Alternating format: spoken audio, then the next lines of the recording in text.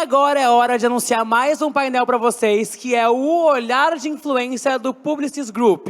E para isso, eu vou chamar ela, que é CEO do Publicis Group, Gabriela Onofre, e junto com ela, Celso Ribeiro, CEO e fundador da BR Media, e Ana Marta, VP de conteúdo DPZ. Palmas, por favor!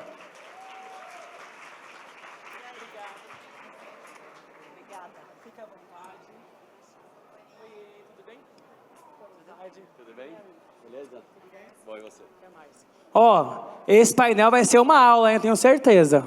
Arrasem. Boa tarde, pessoal. Eu sou a Gigi Grandin, vou mediar esse painel maravilhoso do grupo Publicis, que hoje é o maior e mais valorizado grupo de comunicação do mundo e está empenhado em construir o maior ecossistema de influência do planeta para atender os seus clientes em mais de 100 países. Por isso, em 2024, comprou a Influential, que é considerada a maior plataforma de marketing de influência global, e aqui no Brasil, em fevereiro desse ano, anunciou a compra da BR Media. O grupo também tem no país agências de publicidades icônicas, como a DPZ, que estão constantemente reinventando a sua atuação para trazer cada vez mais o pensamento sobre creators para o centro das estratégias de grandes marcas. E para contar um pouco mais sobre essa história, a gente tem aqui a Ana Marta, que é VP de conteúdo da DPZ, o Celso Ribeiro, fundador e CEO da BR Media, e a Gabriela Onofre, CEO do Publicis Group no Brasil. Gabi, para a gente começar, no início desse ano, o Grupo Publicis adquiriu a BR Media, que é o maior ecossistema de influência da América Latina, em um movimento que redefiniu a forma como o mercado publicitário vem olhando para o setor. O que levou a essa decisão?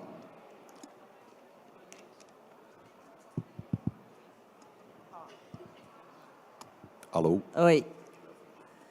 Bom, prazer estar aqui, que legal ver um evento desse tamanho, né? Acho que essa potência é a mesma potência que a gente viu como esse ecossistema publicitário.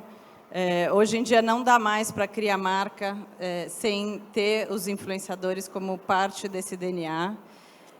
E a gente quis ter isso como um diferencial estratégico mesmo, né? O criador, no fim, ele é conteúdo, ele é mídia e, mais do que tudo, ele é uma voz dentro da sua própria comunidade. E a gente encontrou na BR Media um especialista, né, um grande ecossistema. E a gente começou com uma parceria que depois, né, começou num namoro que depois terminou em casamento, mas que, no fim, hoje a gente tem no Brasil mais de 70 marcas e que a gente tem cada vez mais usado os creators para nos ajudar a pensar em como conectar com o consumidor, como criar relevância para as marcas. Então,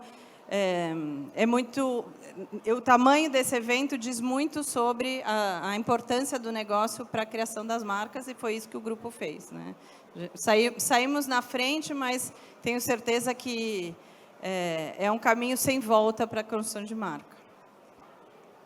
Celso, e como que a BR é estruturada hoje? E o que mudou na dinâmica desde que ela foi adquirida pelo grupo? Legal. Primeiro, boa tarde a todos. Obrigado pelo convite, super feliz em estar aqui. Como a Gabi falou, a BR Media Group, ela é um ecossistema dentro da Creator Economy, né? E dentro desse ecossistema tem 3 grandes empresas. Então, a BR Media, que é a agência de marketing de influência, que atende os anunciantes, que faz toda a parte desde curadoria, estratégia, produção de conteúdo, enfim, a gente entrega de ponta a ponta, né, todo esse serviço. Então, o nosso objetivo é realmente receber o briefing, os desafios da marca, rodar muita tecnologia e aí sim trazer quem, por quê, como, onde, né? Do outro lado, a gente tem a Farol, que é hoje a maior agência de casting, né, que agencia talentos. Ela começou em 2020, agenciando talentos focados em Gen Z. No primeiro ano de operação, a gente adquiriu uma outra empresa que era de casting focada em TikTokers. E hoje já é um outro ecossistema com mais de 300 talentos exclusivos. E aí varia, né? Eu acho que tem desde nativo digital, grande e celebridade, nomes como Jorginho, Arthur Paek, DK, então hoje é um portfólio bem extenso. Então a BR ela tem como cliente o anunciante, o Farol tem como cliente o creator, e a gente tem no meio disso o MIS, né, que é a nossa plataforma que conecta marcas e nano e microinfluenciadores com o objetivo de trabalhar em escala, né? Inclusive o MIS está aqui hoje, a gente está com o stand lá. Enfim, esse é o nosso foco. E eu acho que por que a gente entrou no grupo Publicis, né? Eu acho que dentro de todo esse ecossistema faltava um braço, né, que era o braço de mídia, que a gente não tinha, a gente não oferecia esse serviço. Então a gente tinha produção de conteúdo, tinha estratégia, tinha tudo, mas a gente ainda não tinha lançado um produto de mídia. Então, dentro do grupo, que é o maior grupo do mundo, né, e que é reconhecido mundialmente por essa força como uma empresa de mídia, para a gente fez muito sentido, né? E nas conversas a gente também enxergava muita oportunidade de uma expansão Latam, né? Latam com possibilidade de ser global. Então, quando a gente fechou essa parceria, que foi no começo do ano, a gente tinha esses 2 grandes focos para o ano. E no mês que vem, acho que está dando spoiler, a gente já vai lançar, através do MIS, 5 produtos de mídia, que a gente aprendeu demais, a gente só conseguiu dar esse passo por conta da Publicis, por ter a força do grupo, por ter plataforma como Epsilon.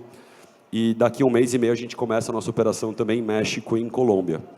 Então, a gente está super feliz de fazer parte do grupo. Eu acho que dentro desse nosso todo esse ecossistema tinha essa oportunidade ainda. E é isso, né? É muito recente, mas a gente está super feliz.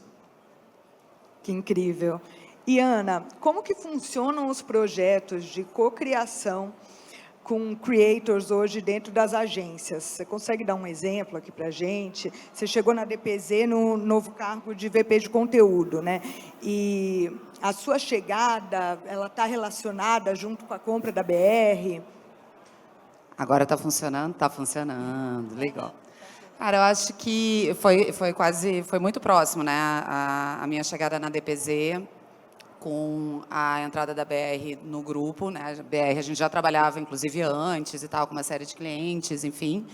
Eu acho que vem muito mais consolidar uma realidade que já tinha dentro do grupo Publicis, não só da DPZ, mas como das outras agências, como a Lepub, Talent, Léo, de ter a disciplina de conteúdo ali, né, perpassando os trabalhos, mas assim, consolidar e dar né, oficializar uma coisa que já vinha acontecendo, então uma tendência que já estava dentro da agência, das agências, né, do grupo, mas dar uma força maior, uma formalidade maior para essa disciplina, para que ela consiga ter mais força, já que é uma coisa que já está na pauta dos clientes, né, a cocriação, seja com influenciador, com agenda, com audiência e tal, tudo mais, mas como a gente conseguia consolidar isso de uma forma mais oficial mesmo, e consiga montar estruturas que, de fato, ainda acelerem ainda mais a entrega desse tipo de trabalho pelas agências, sabe? Então, do tipo trabalho de conteúdo, trabalho de social, trabalho de influência, que andam coladinhos, e, inclusive, levar,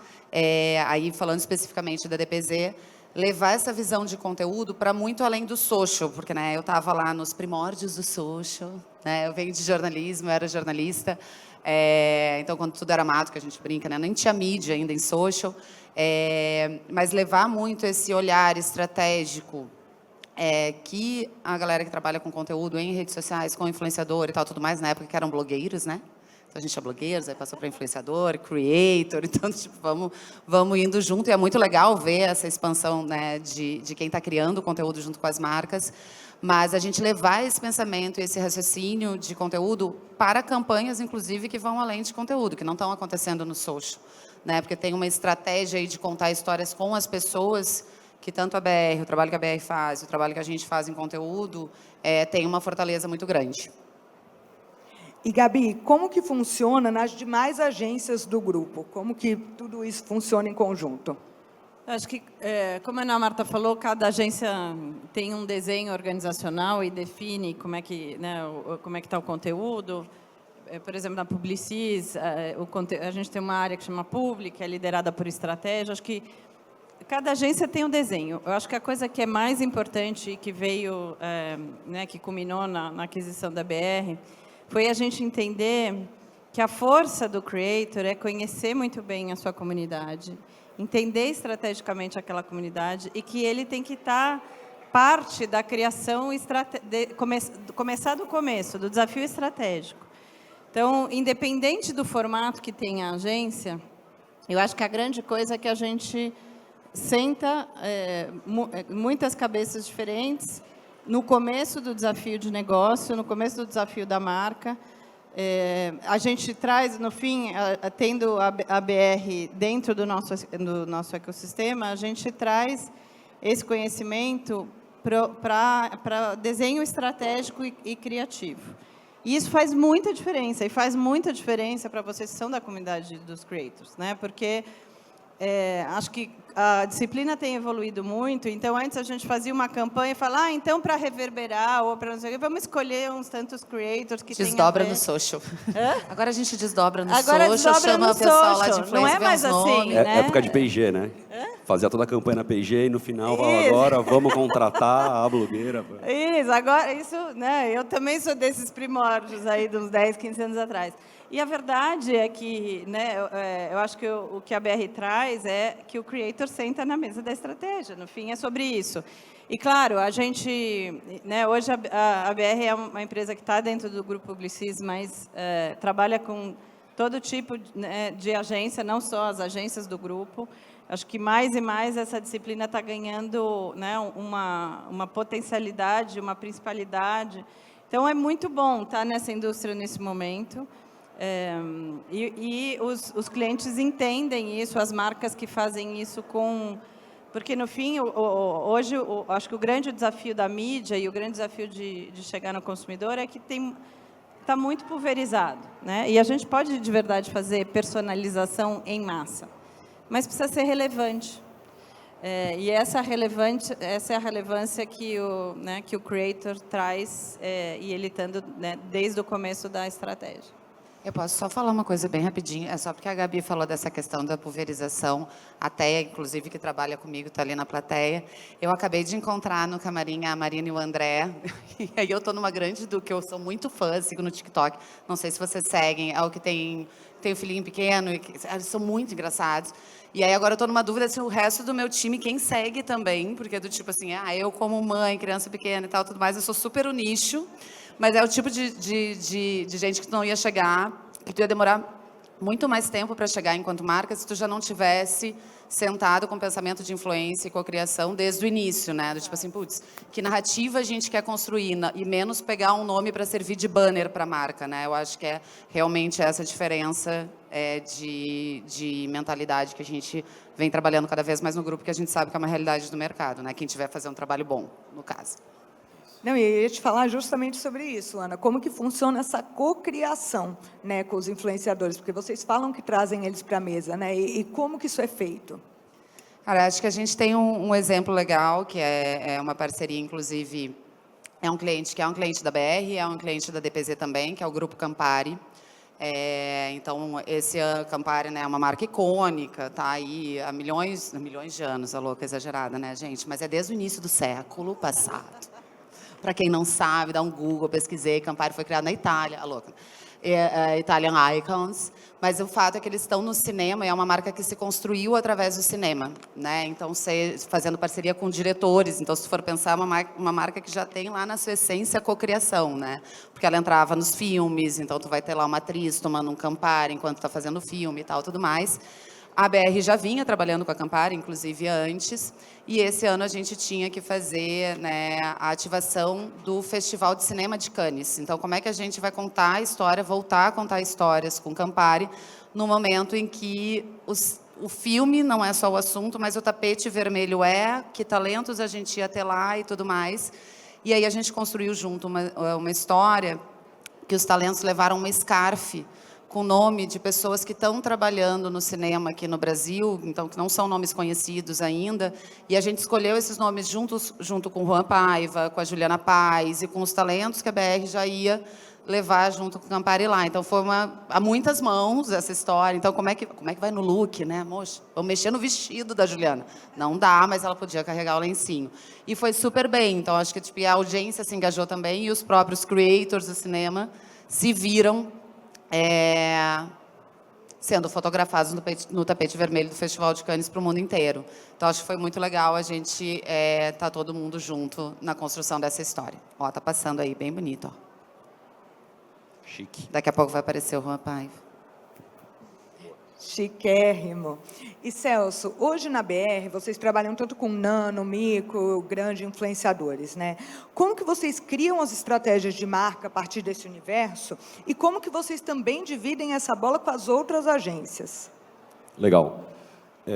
A parte de agenciamento, acho que você falou até de nano e micro. Nano e micro, hoje a gente não agencia, mas inclusive a gente vai começar a agenciar, não me mata, né, Érico? Eu já estou antecipando isso. Mas o próprio MIS, ele está lançando agora também, vai lançar em breve, muito em breve, um braço de agenciamento para nano e micro influenciador, apoiado por toda a expertise que a gente tem no Farol. E eu acho que a segunda parte da pergunta, que é sobre como a gente trabalha junto com as agências, né? Eu acho que hoje está muito claro o papel de cada agência dentro desse ecossistema, né? Então, antes as agências elas tinham muito um olhar de eu sou agência criativa, eu tenho a estratégia, eu crio o plano, eu tenho a minha área aqui que vai fazer uma curadoria de nomes e falava, BR, me orça essa lista de nomes para mim. E isso não funciona, né? A gente liga e fala, gente, eu não gero valor nenhum aí, né? A gente tem que entrar no D0. Então, cada vez mais, eu acho que e aí que eu acho que foi a grande sacada da Gabi, inclusive antes da aquisição, foi entender que a gente gerava muito valor com as agências quando a gente entrava no D0, assim. Então, a agência criativa, ela desenvolve a estratégia, já colocando a BR Media na mesa, com o nosso time de estratégia, com o nosso time de criação, que muitas vezes traz também o creator para a mesa, para já nascer com esse olhar de conteúdo first, né? Então, social first, com o creator. Então, assim, a gente tem vários cases hoje que a gente tem trabalhado com a lead agency, né, a agência líder, com a BR Media, que hoje é a agência de marketing de influência dos clientes, né?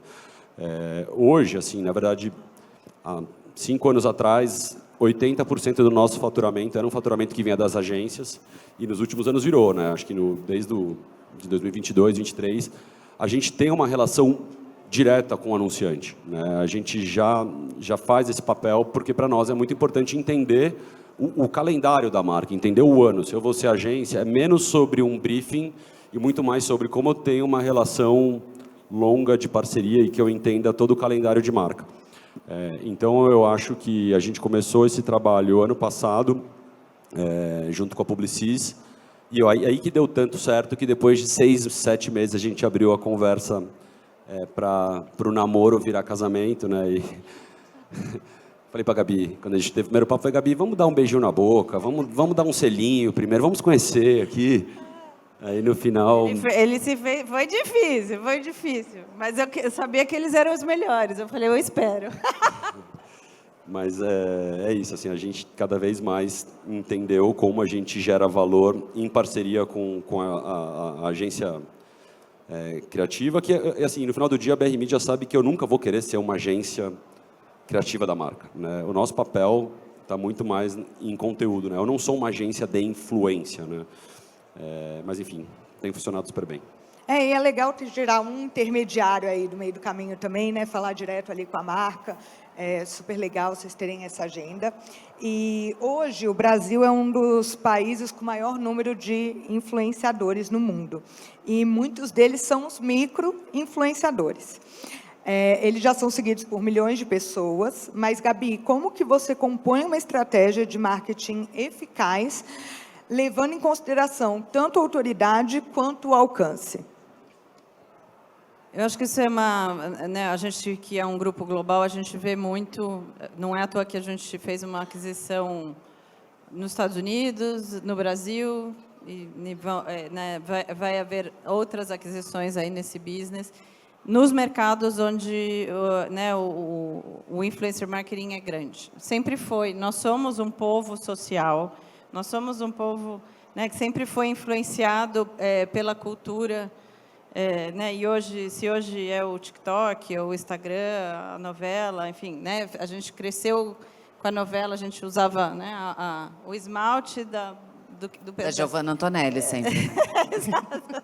A gente queria, enfim, a gente é um povo, porque a gente é um povo muito social e eu acho e muito criativo. Não é à toa que esse mercado é tão grande aqui. Então, eu acho que com o advento das redes sociais, essa criatividade exponencializou. Você não precisa ser só um artista da novela para ter sua comunidade, para ter sua voz, para falar, né, para levar a sua ideia. E no fim, é isso, a gente, né, fala grandes creators e micro e nano, no fim todo mundo tem uma comunidade. Eu acho que essa é a coisa mais... E o seu papel, né? Todo mundo tem uma comunidade, todo mundo tem o seu papel Exato. dentro de uma estratégia. Então, normalmente, quando a gente senta na mesa com a marca, a gente está querendo entender o que é, qual que é o teu desafio. Teu desafio é de alcance, teu desafio é de fazer com que a marca seja conhecida, relevante, tal. Provavelmente você vai ter que ter nesse mix grandes creators com alto alcance, né? Porque nós somos um país de mais de 200 milhões de pessoas. Então, e aí normalmente entra, né, essa estratégia mais com grandes influenciadores. Mas a verdade é que micro e nanos têm um engajamento incrível, né? Então, quando você quer ter uma conversão rápida, uma conexão. Então, muitas campanhas têm, tem de tudo, tem campanha que é mais só micro e nano. Acho que depende muito do desafio que a gente tem na marca. Por isso que é tão importante ter o ecossistema dentro de casa, né? Então, quando a gente encontrou na BR esse entendimento de como tratar o influenciador que tem alto alcance, como também montar uma campanha com nano e micros que sejam relevantes, como encontrar essas pessoas, né? Acho que não é à toa que a BR também tem muito dado, tecnologia para nos guiar, porque a pergunta do anunciante é sempre, tá bom, mas tem tantos influenciadores, como é que eu sei qual que é o certo para a minha marca? Então, a gente tem muito, né, muito dado, muito entendimento do que são essas comunidades, qual é o tema, e aí você monta a campanha. Então, quanto mais micro vai, mais perto está da lógica da mídia, né? A mídia também é isso. Quando a gente faz um plano de mídia para uma marca, eu digo que é como pôr, né, quando a gente põe um dinheiro no banco, a gente chega lá que tem um monte de opção. É a mesma coisa, você tem que escolher o que é melhor para aquele momento, né, da marca. Então, acho que esse casamento, ter toda essa tecnologia, ter todo esse entendimento dentro de casa, deu à BR uma grande vantagem. E se eu puder só complementar, acho que o que a Gabi falou é muito sobre o papel, né? Acho que a gente já passou por diversas discussões, né? O que é melhor? A celebridade ou é melhor o nativo digital? Ou é melhor o nano e o micro? Assim, de novo, depende muito para o momento da marca, depende muito do objetivo daquela campanha. Acho que, exemplo, né? Acho que só esse ano, em 2025, para a Unilever, a gente já contratou mais de 20 mil nano e micro influenciadores. Quer dizer que a gente não trabalha com celebridade? Não. É só você ver esse case aqui que está passando agora do Stella Artois. Tinha um outro objetivo. Né? Aí foi um case de construção de narrativa, de storytelling. Aí foi Rodrigo Santoro, Marina Rui Barbosa, Rodrigo Hilbert. E aí também tinha toda uma estratégia de reverberação também com o nano micro influenciador.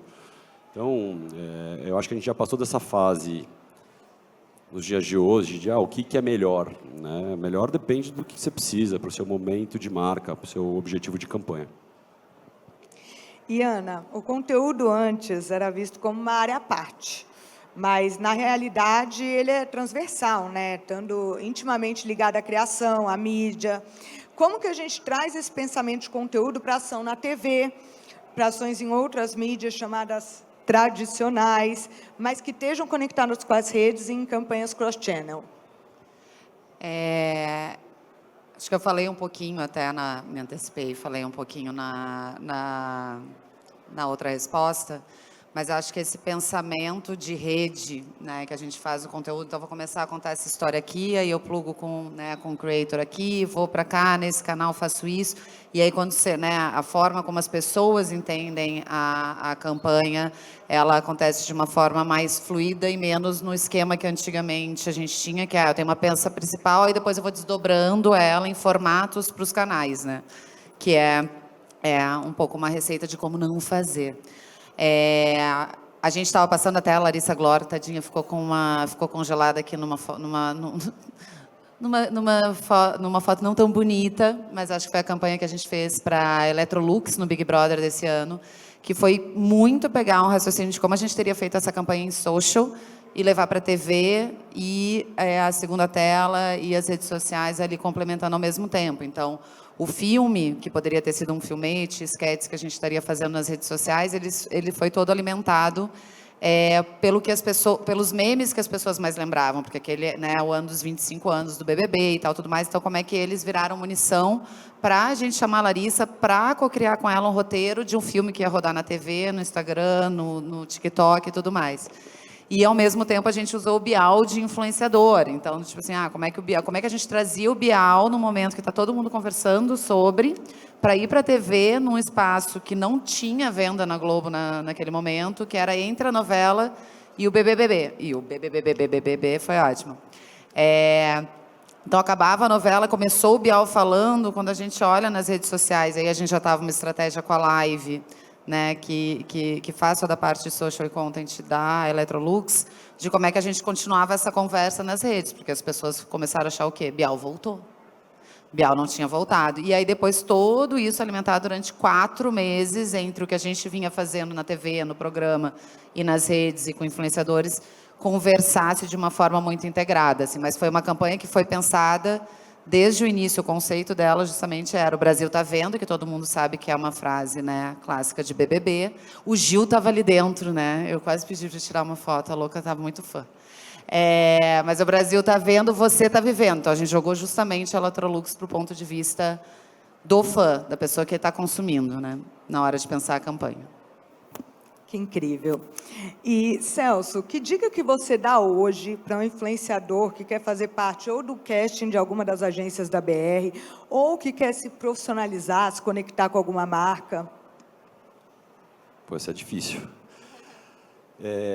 Eu acho que a principal, né, eu acho que tem uma que é muito importante, que é a questão de profissionalismo, né? É a questão quando você tem a oportunidade de trabalhar com uma marca, over-deliver. Né? Eu acho que entregue no prazo, tenha uma preocupação em produzir um bom conteúdo, né? Tente responder rápido, porque muitas vezes, assim, quando você dá uma oportunidade e o creator demora muito para reagir, não segue muito briefing, aí é mais complicado, né? E eu acho que, de novo, tem esse lance de para passar a arrebentação, às vezes é muito difícil, né? Porque você fala, pô, estou produzindo conteúdo, as marcas não me chamam. Eu acho que esteja aberto, muitas vezes, a fazer parcerias com marcas grandes, que não necessariamente vão estar pagando milhões, né? Então, muitas vezes o creator fala, não, puta, o meu valor é tanto, mas às vezes é importante você começar uma relação com marcas grandes, mesmo que ganhando menos, que aí sim eu acho que você vai ter mais visibilidade. As marcas grandes sempre olham quais as outras marcas, quem são os creators que eles estão contratando. Então, eu acho que no final é meio que isso. As marcas trazem reputação também para os creators, né? Exato. Então, Exatamente. eu acho que essa relação é uma relação de mão dupla. Então, isso acho que é isso que o Celso está falando. Comece. Porque para a marca é muito importante esse conhecimento da comunidade. O que o creator tem, que as marcas não têm, é esse conhecimento profundo. Tá dentro de um território que a marca quer estar, mas que não conhece profundamente. Mas a marca normalmente traz essa reputação que ajuda também a elevar aí a possibilidade do creator ser visto.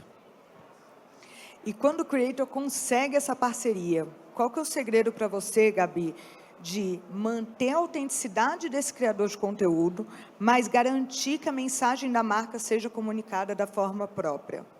Eu acho que os anunciantes estão cada vez mais entendendo que eles têm um framework de marca, têm um posicionamento que a marca quer ter, mas que ela não pode mandar tudo. No fim, o fato de estar trabalhando com o creator é porque o creator sabe se comunicar com aquela comunidade, né? Ele tem ele entende da comunidade, ele tem a linguagem. Então, eu acho que é isso que eu estava falando, acho que é uma via de mão dupla, né? O creator entender também o que a marca quer dizer, como ela se posiciona, o que é importante para ela, do ponto de vista de assets de marca, de tom de voz. Porque se você entende, você vai poder criar dentro daquilo, e quanto mais essa simbiose, né, for verdadeira, porque a marca também está querendo que o creator crie, né? Senão a gente faria de um jeito só, multiplica, põe em várias plataformas, mas não, a voz do creator é uma voz importante. Então, eu diria para o creator, entenda bem o que aquela marca quer, né? Como ela se posiciona, como ela diferencia, como ela pode ser relevante para a sua comunidade, qual é o tom, né? Como que você vai trazer essa marca de uma maneira relevante para a sua comunidade, você que conhece a comunidade. Então, acho que quando tem essa química, é de verdade quando tem, né, parcerias mais longevas entre marcas e creators. E para você, Celso, como que você garante que essa mensagem da marca seja passada, mas ainda mantendo essa autenticidade do influenciador? Eu acho que esse tema, de novo, é recorrente, a gente já sempre discute sobre cocriação, né? E eu acho que a Gabi, e eu até estava falando com a Ana Marta aqui, assim, a gente só consegue fazer cocriação e o negócio funcionar quando realmente o creator ele tem o cuidado de ir para uma reunião sabendo o que aquela marca faz, né? Eu acho que aí é o X da questão, aí a gente consegue... Aí o creator consegue realmente trazer como passar a mensagem que a marca quer comunicar dentro daquela comunidade, né? Eu acho que isso é uma das coisas mais importantes para funcionar, né? Não adianta só falar, vou cocriar e tal, mas se não existe realmente esse profissionalismo, esse estudo e todo mundo se preparar, o negócio não vai sair direito, né? Então, acho que é isso, né, Ana? Com certeza. E, Ana, hoje as marcas querem muito surfar nas trends, mas como que a marca faz isso de uma forma estratégica, sem parecer oportunista? Uau! Essa eu vou querer complementar até com um dos cases que a gente tinha passado aqui, que eu acho que boa. Não, até continuando, porque eu acho que são duas coisas que se complementam. Isso que o Celcinho falou, de o creator conhecer muito bem a marca, é uma cobrança que eu faço também muito do meu time de criação de conteúdo, porque eu digo assim, não, pede ali para o time de conteúdo escolher os influenciadores junto com a agência de influência, depois a gente vê, que acontece, eu já vi acontecer bastante em agência também. Eu digo, gente, você está escolhendo a pessoa que vai falar sobre a marca, sobre a campanha, sobre a história que a gente quer contar. Esse não é um trabalho a ser terceirizado. Então, assim, não, mas é que eu não uso muito TikTok, não conheço muito. Mas é que é meio que o seu trabalho, então tipo assim...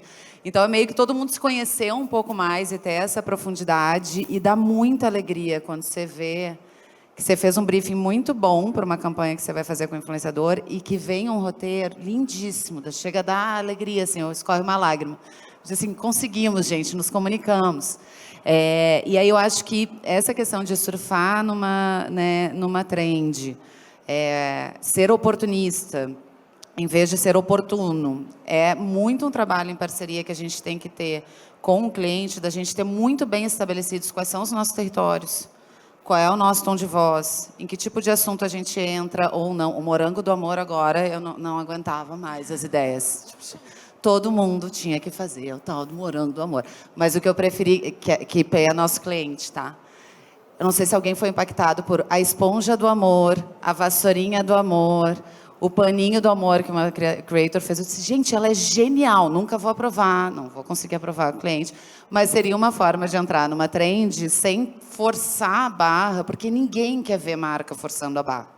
precisa ser natural, precisa fazer sentido para a conversa que aquela marca que a marca vem construindo ao longo do tempo, mas a gente entendendo que quando a gente está falando de social, influência e tal, tudo mais, as coisas passam mais rápido mesmo. Então, tu vai ter ali um propósito de marca muito bem construído, territórios, assuntos e trends. Você não mergulha em toda, você faz o fact-check. Você bateu num ponto chave, mas eu acho que tem um outro lado, que é a marca não querer entrar na trend só por ser uma trend e quero estar lá. E muitas vezes existe uma oportunidade de negócio. E a oportunidade de negócio só existe quando a marca está com uma escuta ativa, né?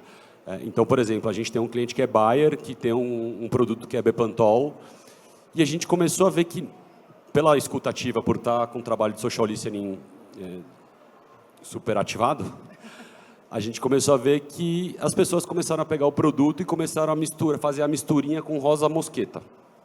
A gente levou isso para o cliente e falou, ó, as pessoas estão usando o seu produto de uma forma diferente. Tem duas maneiras de você responder a isso. Ou você fala, não, o meu produto funciona assim, ou, porra, vamos criar um produto novo. Né? Então, a gente levou essa estratégia para a Bepantol, para a Bayer, com base numa escutativa. Bayer comprou a ideia, lançou o produto, né? A gente chamou um exército de creators que já estavam fazendo a misturinha, a gente fez um lançamento e, assim, deu sold out, muito rápido, né? Então, eu acho que muitas vezes esse negócio da trend, é legal, a marca quer estar lá, mas tem que enxergar muitas vezes como uma oportunidade de negócio. Sim, não só fazer um post ou entrei por entre ninguém, né? Passei, rolei. Não, exato, né? Então, obviamente, com um trend você tem que ser rápido para não perder, você tem que ter essa escutativa, e isso só acontece, de novo, porque a relação das marcas com as agências de influência mudou. Não é mais, no momento final eu vou contratar a minha agência para fazer uma lista de... Não, a gente já tem um time que está trabalhando 24/7, que está com a escutativa, que está vendo a trend, que levou uma oportunidade, que virou um produto, que virou sold out. Então, eu acho que é isso, assim, acho que muitas vezes a gente tem que olhar não só como conteúdo, mas ter esse olhar de business, né? Esse olhar de como que uma trend pode virar um negócio. Que legal. Gente, infelizmente o painel está acabando, mas queria muito agradecer a vocês e parabenizar por estarem investindo cada vez mais na Creator Economy. Uma salva de palmas, gente, para a Gabi, para o Celso e para a Ana. Obrigado. Muito obrigada. Obrigada, gente.